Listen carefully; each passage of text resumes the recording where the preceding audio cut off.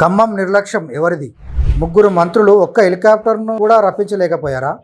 వరదల్లో కొట్టుకుపోయి చనిపోయిన భార్యాభర్తల విషాదాంతానికి మూల్యం ఎవరు చెల్లిస్తారు?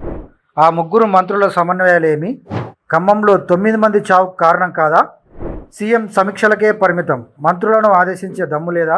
ఒక్క హెలికాప్టర్ను పంపే ఆలోచన రాలేదా?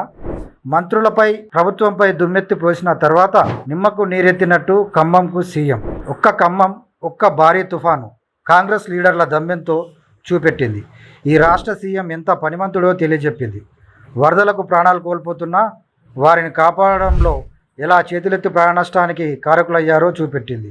భారీ వర్షాలకు రాష్ట్రం అతలాకుతలం కాగా ఉమ్మడి ఖమ్మం జిల్లా మాత్రం చిగురుటాకులా వణికిపోయింది. వరదలో కొట్టుకుపోయింది. నిండా నీట మునిగి గూడు గుండె చెదిరిపోయి సాయం కోసం ఆర్ధనాదం చేసింది. ఇక్కడి ముగ్గురు మంత్రులు బట్టి విక్రమార్క, పొంగులేటి శ్రీనివాసరెడ్డి, తుమ్మల నాగేశ్వరరావు మొత్తం 9 మంది చావుకు కారణమయ్యారు. ఈ ముగ్గురి నియోజకవర్గాల మధుర, పాలేరు, ఖమ్మం పక్కపక్కనే. వర్షాలకు బాగా డ్యామేజ్ అయ్యింది కూడా ఇక్కడే. వీరి ముగ్గురికి సమన్వయం లేదు. పాలేరులో 2 భార్యాభర్తలు కొట్టుకుపోయి చనిపోయినా దిక్కు లేదు. హెలికాప్టర్ కోసం సీఎస్కు తుమ్మల ఫోన్ చేశాడు, పొంగులేటి ఫోన్ చేశాడు, కానీ రాలేదు. ప్రభుత్వం పంపలేదు.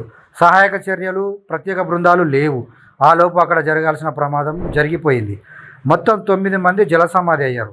ఉమ్మడి ఖమ్మంలో మొత్తం 9 మంది చనిపోగా ఇందులో పాలేరు నియోజకవర్గంలోనే 7 ఉన్నారు.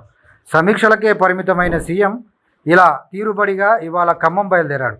ముగ్గురు మంత్రులను సమన్వయం చేసుకోలేని సీఎం ప్రాణాలు పోయిన తర్వాత వారికి పరిహారం 1 లక్ష పెంచాడు.